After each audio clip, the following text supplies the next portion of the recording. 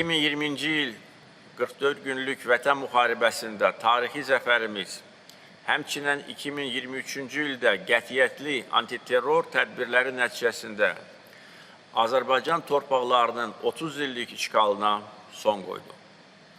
Bununla da ölkəmizin ərazi bütövlüyü və əzəli torpaqlarımız üzərində suverenliyi bərpa olundu. Bu tarixi nailiyyət yalnız Azərbaycanın milli iradəsinin və əzmkar mübarizəsinin təntənəsi deyil. Eyni zamanda bölgədə ədalətin, sülhün və sabitliyin bərqərar olunmasına mühüm töhfədir.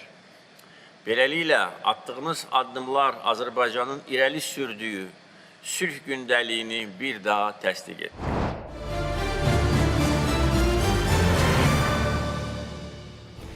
Ədalət prinsipi çox güclü bir silahdır.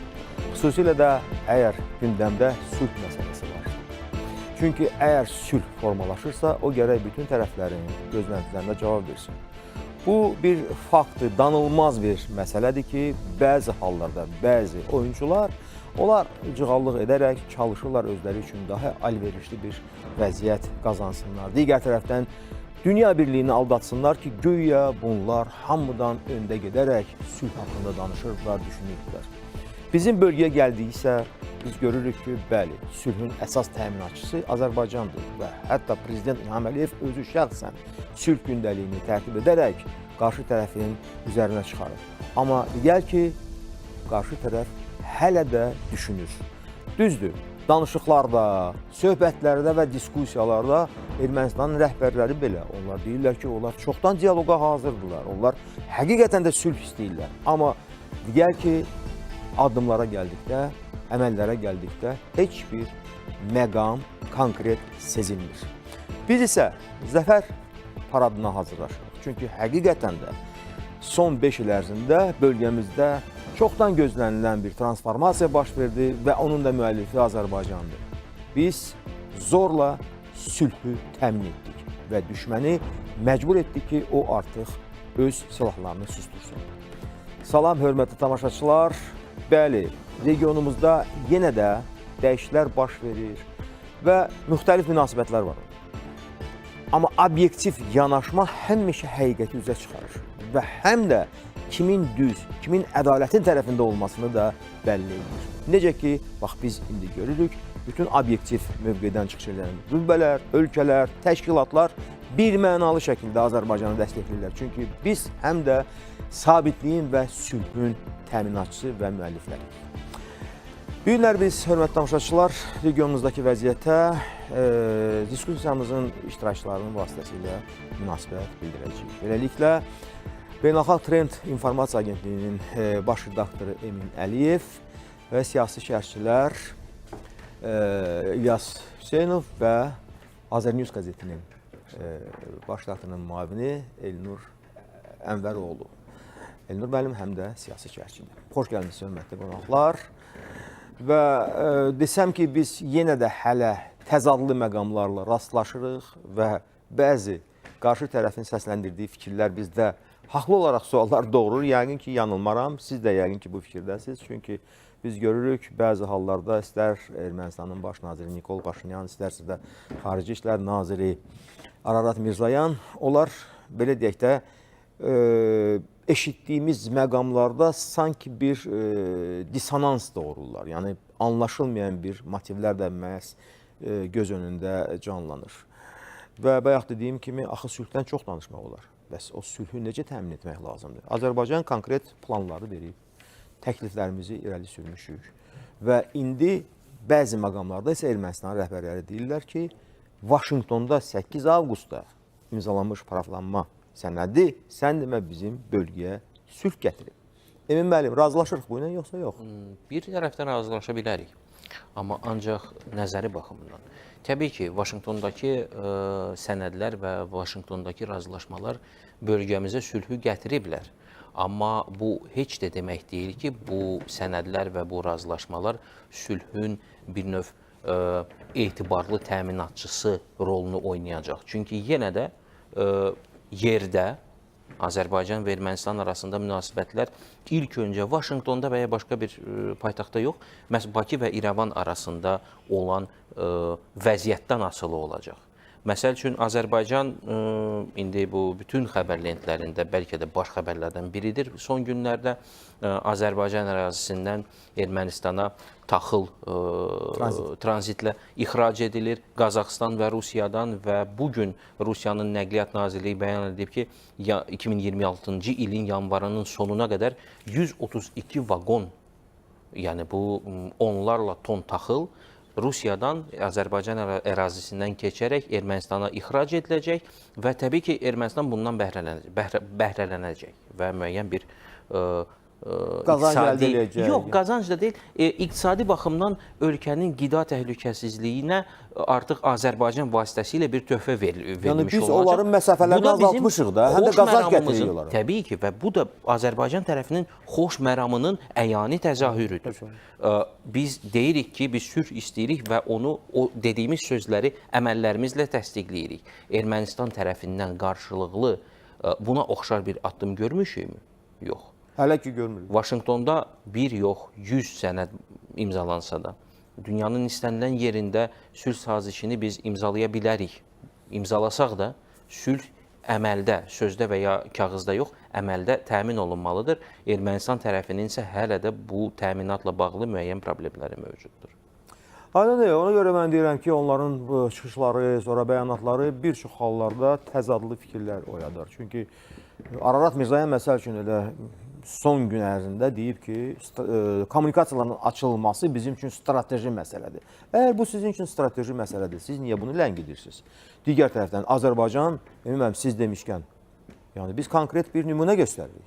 Bəli. Biz sizə tranzitləri açırıq, sizə xeyir veririk, sizin işinizi yüngülləşdiririk. Bəs siz niyə bu məsələdən dönüb uzağa gedirsiniz?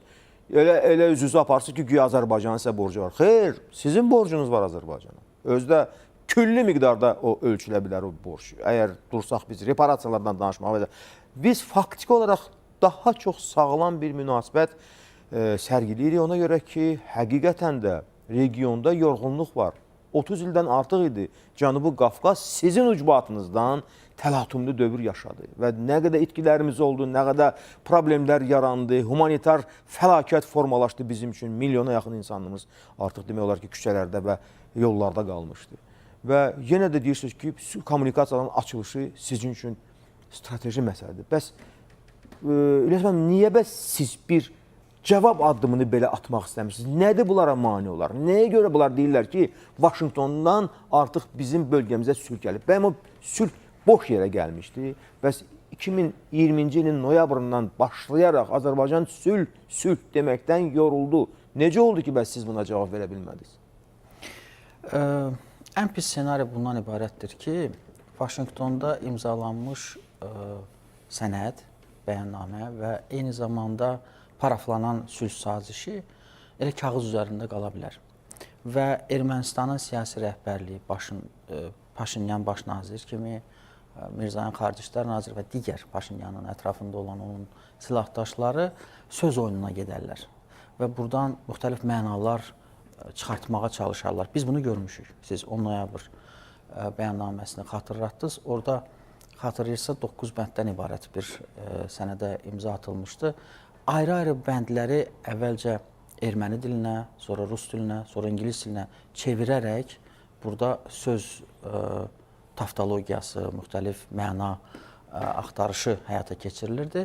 Hələ ki, belə bir addımlar yoxdur və söylənən bütün fikirlər Vaşinqtondan Qafqaza sülh gəldi, Vaşinqton Qafqazda sülhü bərqərar etdi kimi fikirlər yalnız Trampa və onun komandasına xoş gəlmək üçün söylənən fikirlərdir və əlbəttə ki, biz praktiki sülhü və sülh addımlarını istəyirik. Və ilk dəfə Cənab Prezident tərəfindən Qazaxstana dövlət səfəri çərçivəsində söylənən bəyanatın artıq biz reallaşmasını görürük. Qazaxstandan və Rusiyadan daha sonraki dövrdə taxıl gedir. Və Qafqaz üçün taxılın, çörəyin əhəmiyyəti çox böyükdür. Biz çörəyə böyük qiymət verən xalqlarıq. Ona görə də mənə elə gəlir ki, bu çörəyin dəyərini anlamaq lazımdır. Onu taxıl kimi yox, bir fəlsəfi məna kəsb eləyərək Yəni çörək sadə, qapısı. sıravi bir daşıma kimi yox da. Bəli. Yəni hansı məhsuldan söhbət gedir? Bəli. Taxıldan gedir, çörəkdən gedir, bərəkətdən gedir. Doğrudur. Sizin masanızın üzərində olan nemətdən gedir. Yəni bunu heç olmasa dəyərləndirin də. Doğrudur, yəni bu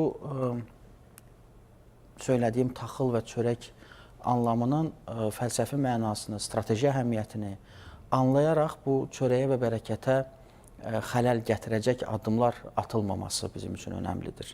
Çünki biz yenidən humanist addımımızı atdıq, yenidən sülh üçün jest etdik və qarşılığını gözləyirik. Düzdür, Ermənistanın baş naziri bildirmişdir ki, Türkiyədən gələn yüklər də Azərbaycana, Ermənistan üzərindən gedə bilər. İndi görək, gözləyək, görək bu reallaşacaqmı?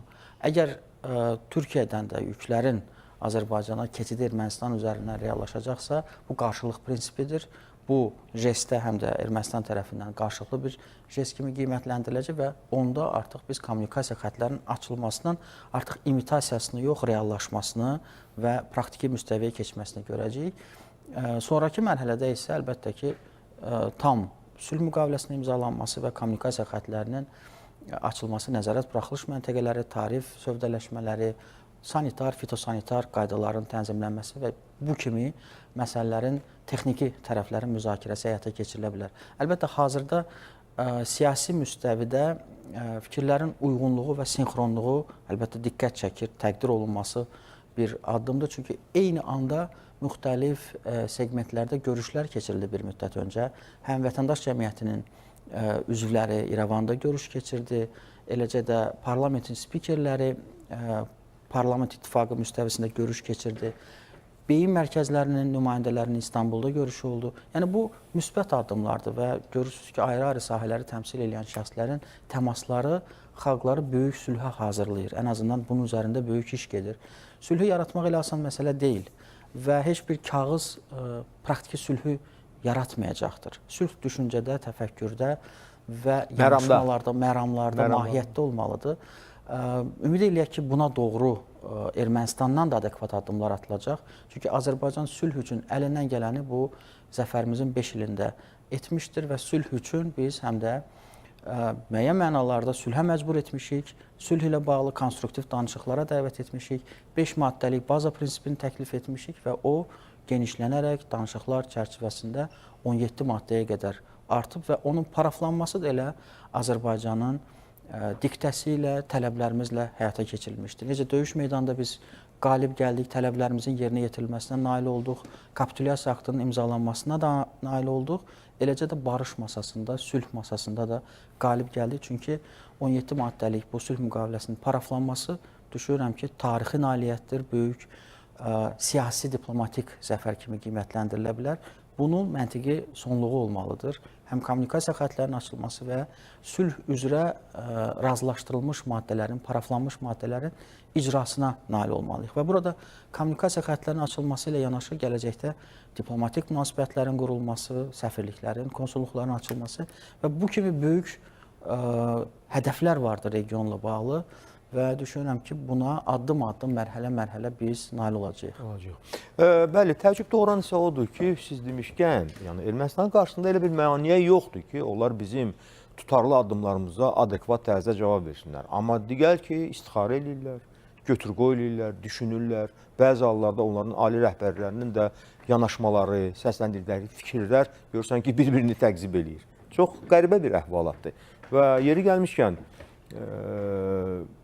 Təhlükəsizlik Şurasının rəhbəri Armen Qriqoryan deyir ki, biz deyir, Vaşinqtonla daim təmasdayıq.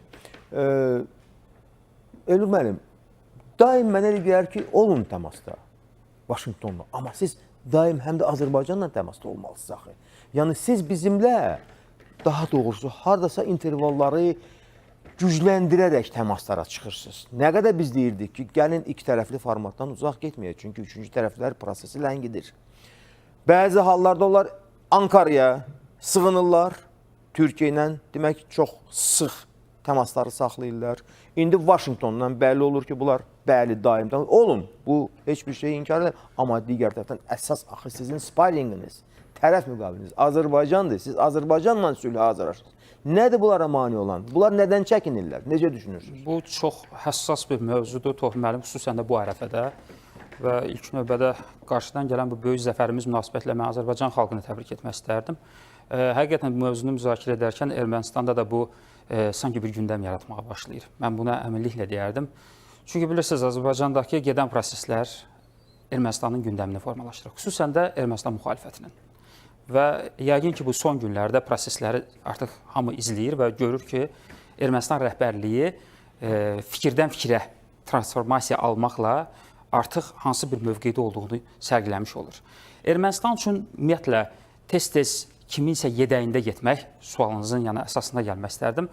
Xüsusən də Amerikanın və yaxud digər dövlətlərin, yeri gələndə isə hətta müxalif getdikləri Rusiyaya tərəf yön almalarının təbii ki, bəlli müəyyən səbəbləri var. Bunun biri Ermənistandakı iki növ təfəkkürün formalaşması.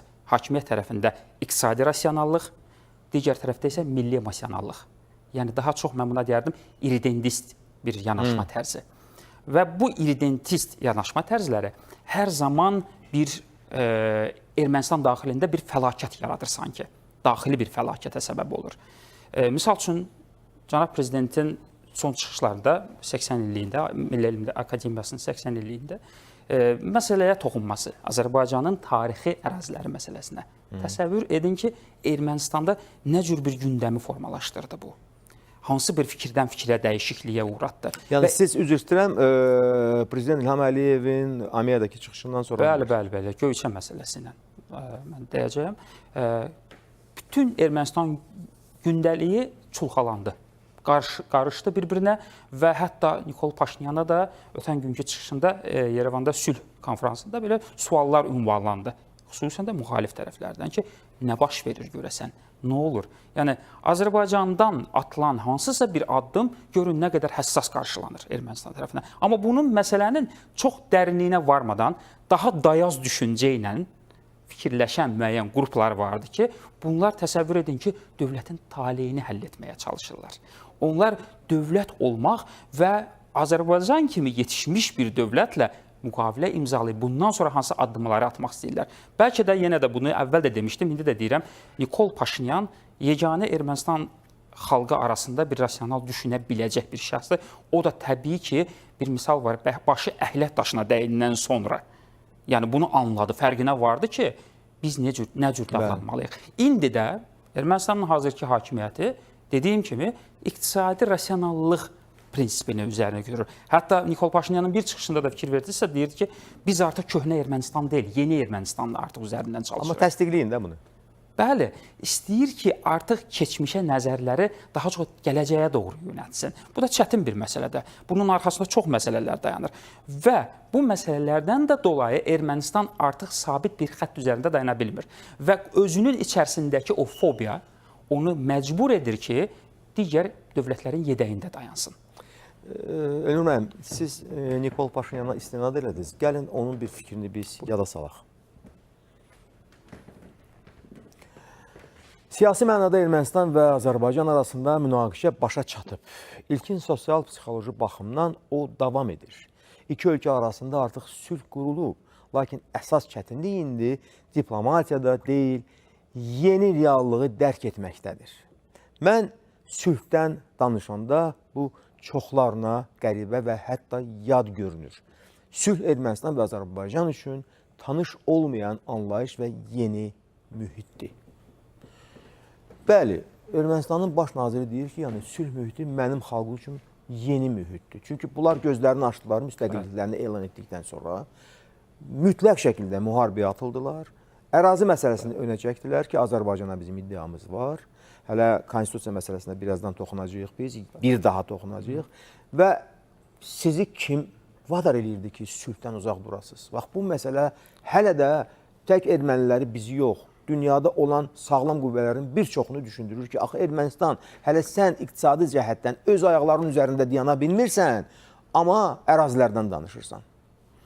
Niyə belə bir proses, bax, belə bir paradoks baş verir? Təsəvvür edin, müasir texnologiya gözündən baxsaq, bu günləri biz smartfonlar istifadə edirik. Həmin smartfonlar güncəllənmədikdə hansı bir vəziyyətə düşür, hamı bunu bilir. İstifadəsiz və yararsız bir vəziyyətə. Təəssüflər olsun ki, Ermənistanın da vəziyyəti bu haldadır. Ermənistan hələ də güncəllənə bilmir. Hansısa tarixi xülyaların içərisində hələ də fırlanır, özündən nəsə bir yol axtarmağa çalışır. Amma təəssüf ki, hara fırlanırsa yenə də qayıdır reallıqla üzləşməli olur.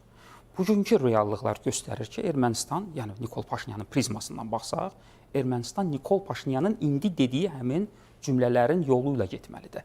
Amma Ermənistan daxilində siz xalqı xatırlatsınız. Nəinki xalq, hətta Ermənistanın yeni baş naziri olmaq iddiasında olan siyasi təfəkkür də belə düşünür. Misal üçün, Nikol Paşinyan və onun ətrafının sülh məsələsini bugün təslimçilik kimi adlandıranlar var. Robert Koçaryan və onun ətrafı. Və o özündən sonra öz mirasını buraxmaq istədiyi təfəkkürlər. Yəni Hayastan bloku. Həm də loser təfəkkürüdür. Bəli, loser. Uduzmuş adamın bəli, uduzmuş, artıq sındırılmış bir təfəkkürdür bu.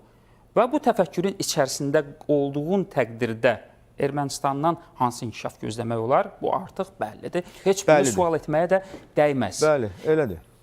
Təəssüf belədir, amma gəlin bir daha biz bəzi məqamları yada salaq ki, Azərbaycanın heç bir mənəvi baxımdan onların qarşısında, dünya birliyi qarşısında bir gözü kölgəli və borcu yoxdur. Əksinə bizə borcludular. Həm beynəlxalq təşkilatlar, həm Ermənistan, həm onlara havadarlıq eləyənlər.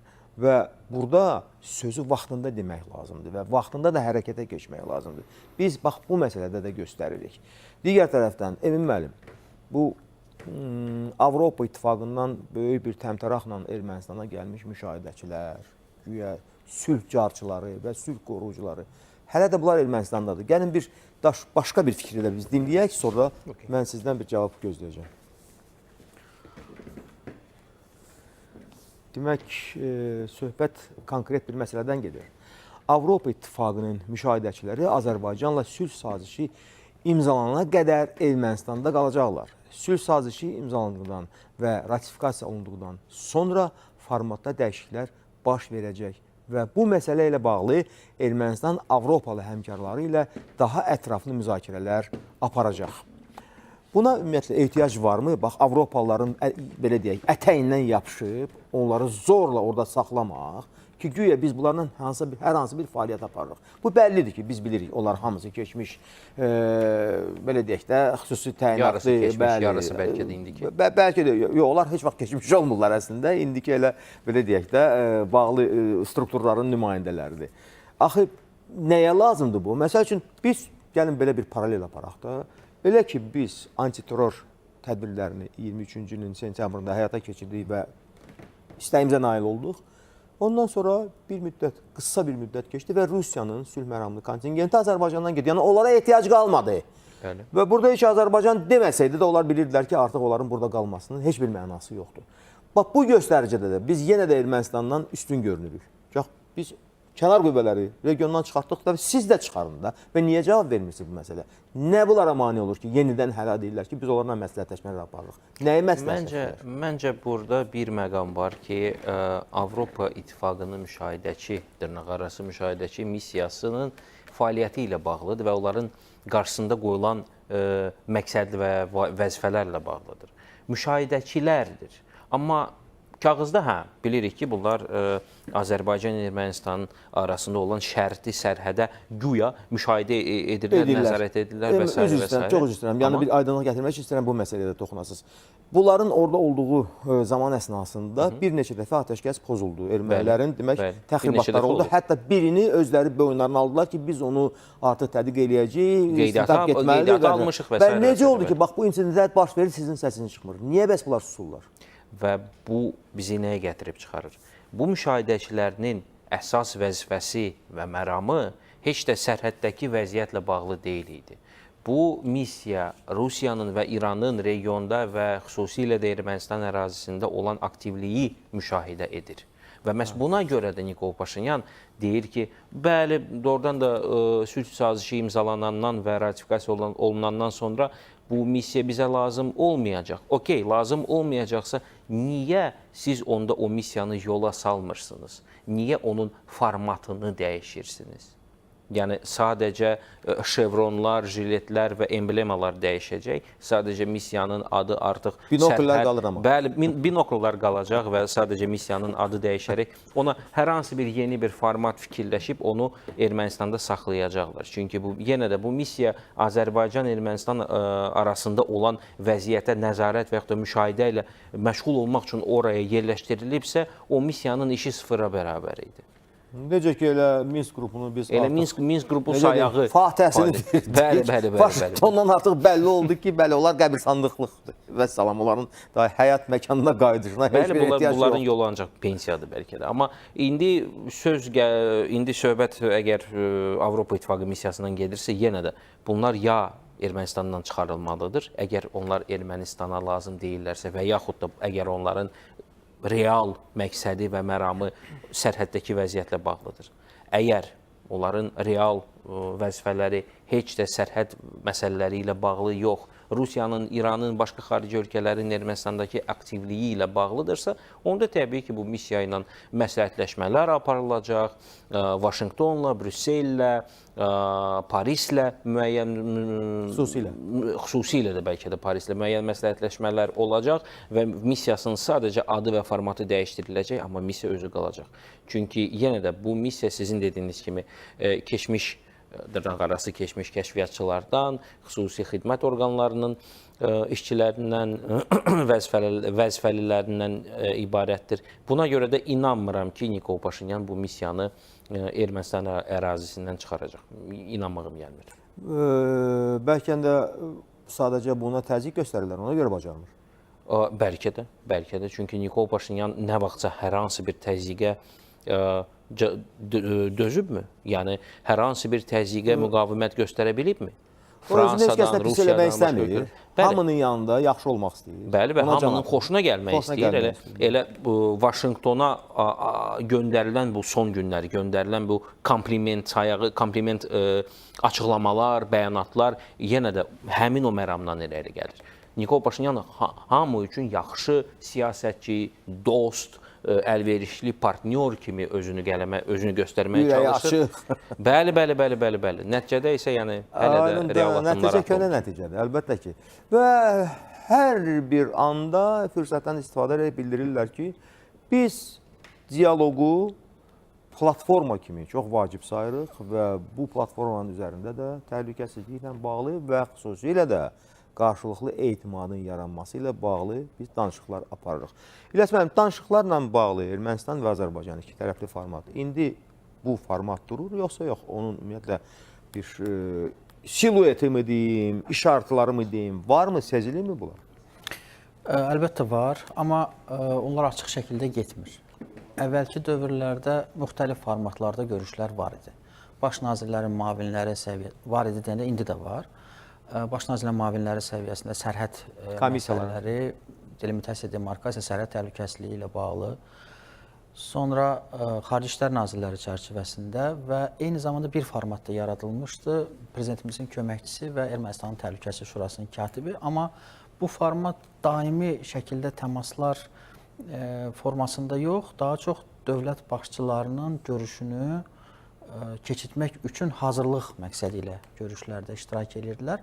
Amma bu treklər hal-hazırda da işlək formadadır və bəzən Ermənistan-Azərbaycan sülh prosesində elə ani bir hadisələr baş verir ki, biz artıq nəticələri görürük. Və əlbəttə bunun arxasında gərgin diplomatik fəaliyyətin getməsi də sir deyil. Məsələn, COP ərəfəsində xatırlayırsınız bir razılıq əldə olundu. Prezident administrasiyası və Ermənistanın baş nazirin ofisi arasında, bəli.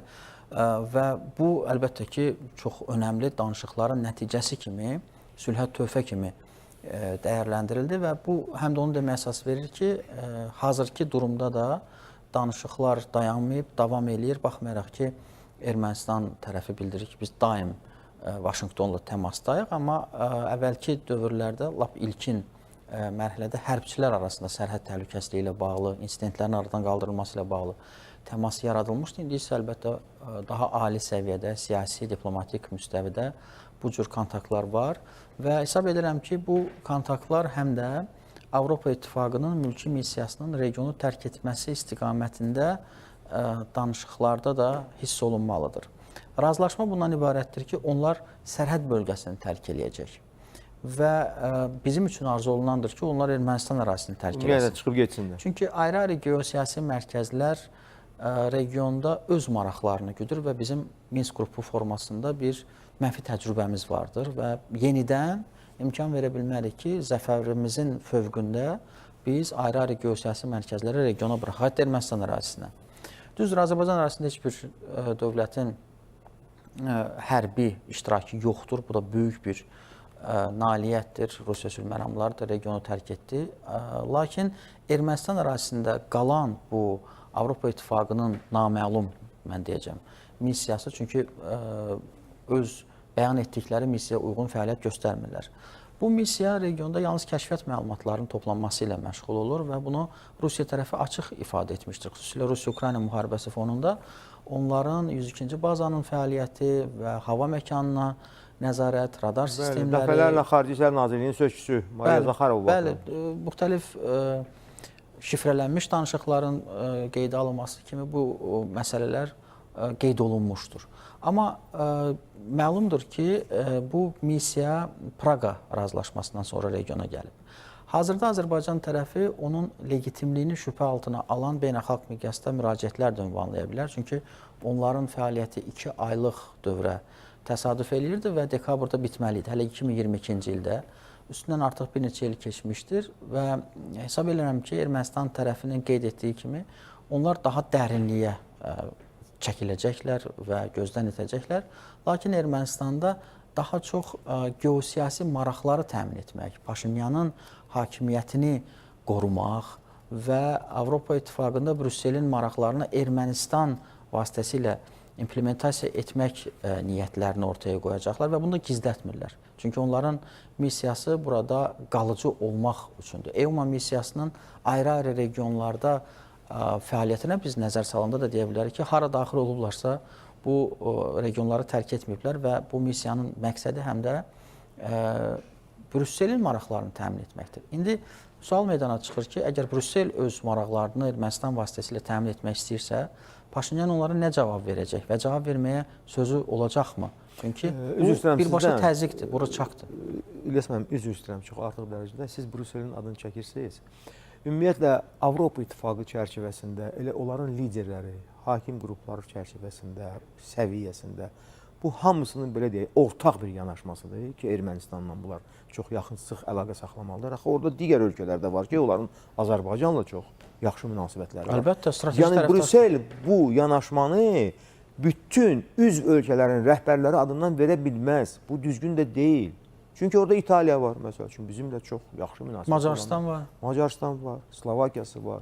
Polşa son məqamlarda artıq Azərbaycanla bağlı çox ilginc. Hətta Fransa Azərbaycan əlaqədə maraqlıdır və emisarlarını göndərir. Bəli. Hətta sırf biznes baxımından, o prizmadan yanaşda Fransanın əsas gözləntiləri və maraqları Azərbaycanda da, Ermənistanda deyil. Elədir, amma indi həm Rusiyanı Qafqazdan sıxışdırıb çıxartmaq, Rusiya-Ukrayna müharibəsi fonunda bu geosiyasi proseslər fonunda və ümumiyyətlə Ermənistan bir zəif bənd kimi regionda nəzərdən keçirildiyi üçün Avropa İttifaqı burada missiya tərkibində müxtəlif məqsədləri yerinə yetirir.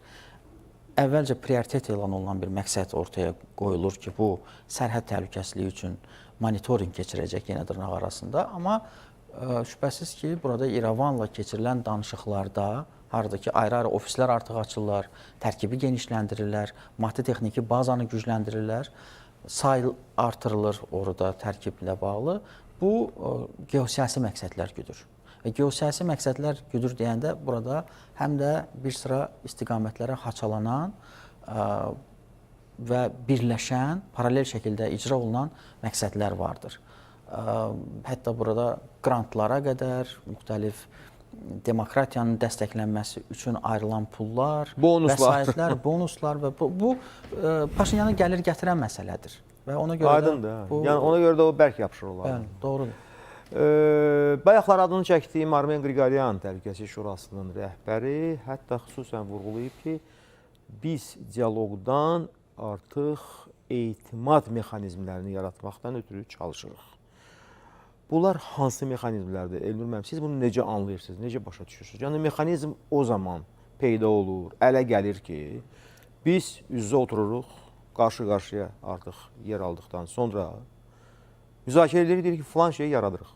Falan bir mexanizm olmalıdır. İndi bəli, indi vətəndaş cəmiyyətinin nümayəndələri biz tərəfdən getdi ora. Ola bilsin ki, onlarınki də gələcəyi bura. Siz bayaq dediyiniz kimi, İlyas müəllim, yəni müxtəlif səviyyələrdə və formatlarda təmaslar var.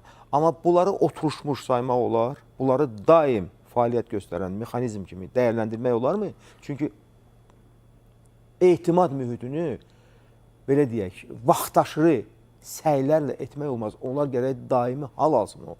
Həm səylər, həm ideyalar, həm yanaşmalar, həm də ki, burada sinxronlaşmaya çox böyük ehtiyac var. Çünki siz etdiyinizi biz burada eləməliyik, biz burada etdiyimizi siz orada eləməlisiniz. Hələ ki, bu sinxronluqdan danışmağa mənə gəlir ki, əsas da yoxdur. Tofiq müəllim, bu atılan addımlar hamısı əlbəttə çox müsbətdir. Yəni Ermənistan tərəfi, Azərbaycan tərəfi qarşılıqlı olaraq bir-birlərinin ölkələrinə səfərlərin təşkil olunması. Bunu əvvəl də qeyd etmişdik ki, Ermənistan-Azərbaycan münasibətlərinin düzəlməsinə vətəndaş cəmiyyətlərinin də müstəsna rolu var. Onlar əlbəttə bundan sonraki səfərləri artıq mütəmadi surətdə davam etdirməlidir. Hətta müəyyən konferanslar təşkil olunmalıdır.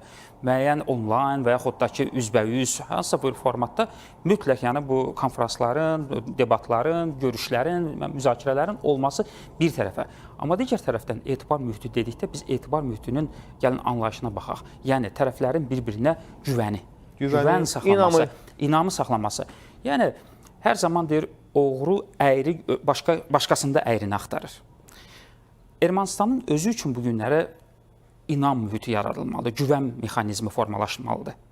Götürək birinci konstitusiya məsələsindən. Hələ birinci bu konstitusiya məsələsi niyə aradan qalxmır? Nəyə görə Ermənistan hakimiyyəti bu günləri əlində bu səlahiyyətlər olduğu təqdirdə konstitusiyanın dəyişdirilməsi ilə bağlı tutarlı addımlar ata bilmir ölkə daxilində? Baxın, sual buradan yaranır. Daxildəki narazılıqlardan mı qorxulur, təzyiqlərdən mi qorxulur və xarici təsirlər, daxili təsirlər, hər hansı bir təsirlərdən mi qorxulur? Demək ki, burada hansısa bir problemli fakt var. Demək ki, problem elə məhz Ermənistanın özündədir. Əlbəttə. Bu problemin özündə olduğu və bu problemin həllinin tapılmadığı təqdirdə hansı etibar mühitindən danışacağız? Azərbaycanın Ermənistandan istəyəcəyi bir şey yoxdur. Sadəcə ara-sıra haqqı olaraq Konstitusiya. Bəli, haqqı olaraq konstitusiya və bəzi tarixi adları çəkir, toponim adlara biz toxunuruq. Bu da bizim mənəvi maddi haqqımızdır. Bu tarixi bir haqqımızdır, əlbəttə. Amma bu demək deyil, biz bu günlər əlimizdə silah Ermənistanın üzərinə hansısa bir hücumçu mövqeyidəyik və yaxud bunda qarşı bir iddialarımız var. Bu yoxdur. Amma Ermənistanda isə sanki özü özlüyündə bir fobiya formalaşıb, qorxu formalaşıb. Özü özlüyündə əyrilik olduğu təqdirdə düşünür ki, onun mövqeyindən Azərbaycan da eyni ilə çıxış edə bilər ona qarşı. Mən əminliklə bunu deyə bilərəm, bu subyektiv fikirmi. Əgər Azərbaycanın bugünkü gündəki, yəni əlində olan imkanlar, Azərbaycanın yəni bu qədər etimadı, bu Cənubi Qafqazda qazandığı güc olmasaydı, Ermənistan heç bu sülhü də imzalamazdı. Çünki bu sülh anlayışı Ermənistan üçün bir zor, yəni necə deyirlər? Yox, hələ sülhü imzalamayıblar. Hələ İmzalamayıblar, sadəcə sənədinə sülh danışıqlarına gedən yolu mən biz hələ yol deyirəm. üzərindəyik. Yəni Ermənistan artıq bunun üçün bir yol cızır, bir xəritə formalaşdırır ki, biz sülh üçün nə etməliyik deyə.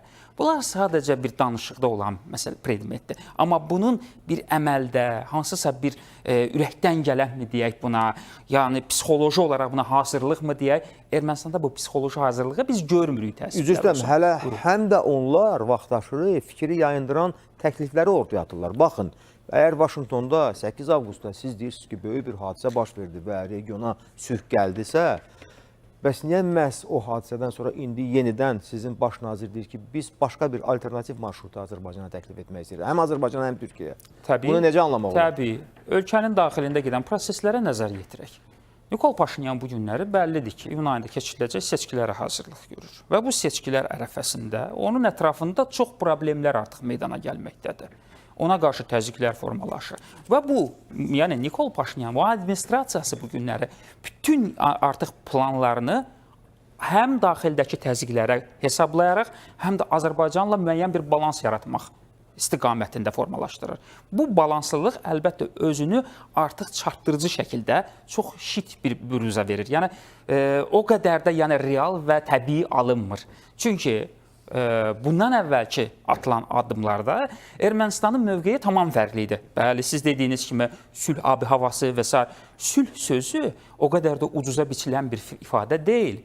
Sülhün arxasında dayanan bir çox tutarlı addımlar dayanır. Və Nikol Paşinyan bunu çox gözəl bilir ki, bu addımları atmaq üçün çox böyük bir cəsarətə sahib olmaq lazımdır. Amma o cəsarəti toplayıb bu günləri ən azından elementar bayaq qeyd etdiyimiz konstitusiya məsələsində hələ ata bilmir. Gah xalqın iradəsinin üzərinə bunu yıxır, güya xalqın iradəsi xalqın fikirləri ilə hesablaşılmalıdır. Konstitusiya məsələsi xalqın iradəsidir və yaxud da ki, Konstitusiya məhkəməsinin üzərinə yıxır bu məsələni ki, Konstitusiya məhkəməsi güya buna fikrində bildirərsə, əgər zəruriyyət burada doğarsa, əlbəttə burada konstitusiya dəyişdirilməsi ortaya çıxır. Və yaxud da ki, ən pis halda Nikol Paşinyan artıq ingilislərin bir sözü var, bounce back, yəni geriyə artıq sıçrayış edir. Yəni Azərbaycanın üzərinə hücuma çəkir.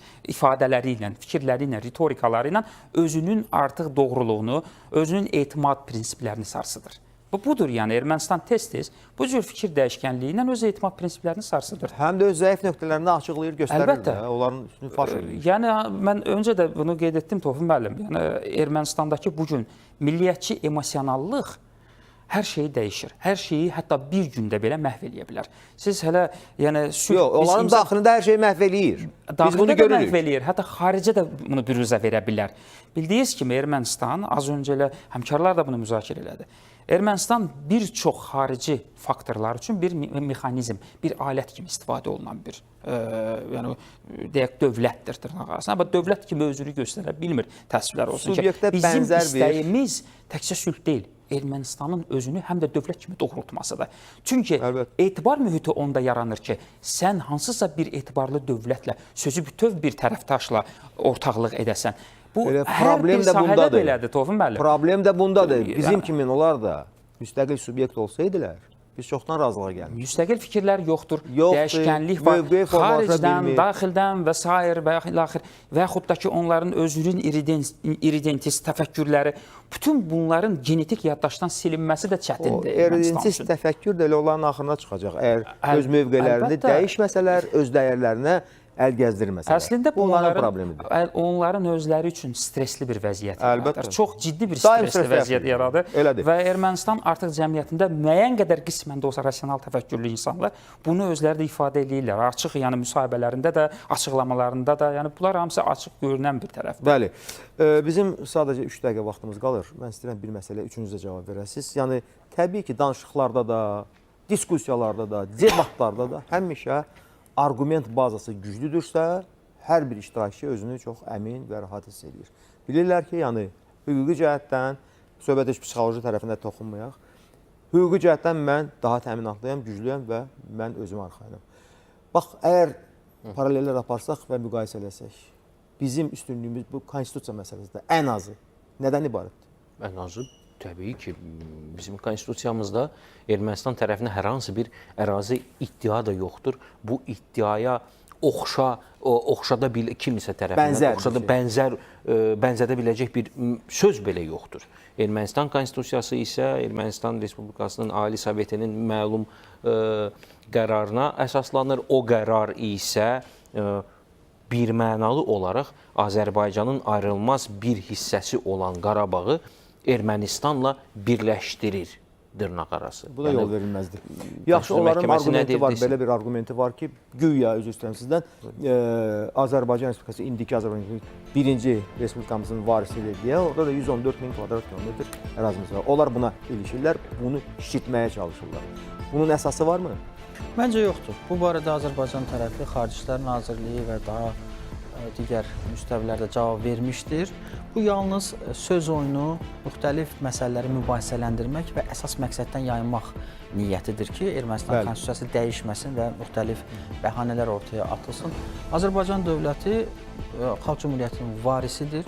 Biz bunu dəyişmirik, dəyişmək niyyətimiz, fikrimiz də yoxdur. Bu bizim tariximizdir, tariximizə sahib çıxırıq və nə yaxşı ki, Şərqdəki Demokratik Respublikanı elə biz yaratmışıq və bir sıra yeniliklərə də imza atmışıq. Ya da ki, sizin də imkanınız var, birinci Ararat Respublikasının varisi elan edin də öz-özü. 9000 kvadrat kilometr ərazisi Amma var. əvvəlcə bizim tələblərimizi yerinə yetirək. Əlbəttə, təbii. Buyurun, qısaca. Bir cümlə ilə deyəcəyəm, Ermənistan konstitusiyasının bugünkü gündə mövcudluğu, həmin preambulun mövcudluğu beynəlxalq qaydalara ziddir. Bu beynəlxalq qaydalara aykırıdır. Ona görə də Ermənistan bunu görməlidir və görməzdən gəlməməlidir. Və bu konstitusiya birmənalı olaraq dəyişdirilməlidir. Əgər şübhə doğuran etibar mühitini sarsıdan hansı bir məqam varsa, konstitusiyada qarşı tərəfində həm də beynəlxalq qaydaları çərçivəsində bu məsələ aradan qaldırılmalıdır. Belə olan təqdirdə şəffaf sülhdən söhbət gedə biləcək. Gedə bilir. Bəli. Çox sağ olun, hörmətli qonaqlar, mən təşəkkür edirəm sizə. Və əlbəttə ki, Ermənistan Azərbaycanın davranışına bələddir. Onlar gözəl başa düşürlər ki, əgər bir sözü biz demişiksə, bir tələbi meydana çıxarmışıqsa, biz ondan geri çəkilməyəcəyik və bizim də tələbimiz haqlıdır deyə nəyə görə biz ondan imtina etməliyik? Odur ki, siz düşünün ki, onu necə yerinə yetirməlisiniz. Bu da sizin üzərinizə düşən böyük bir vəzifədir. Bu qədər hörmətli tamaşaçılar, çox sağ olun diqqətinizə görə. Sizlə də sağollaşırıq. Efirlərdə görüşənədək.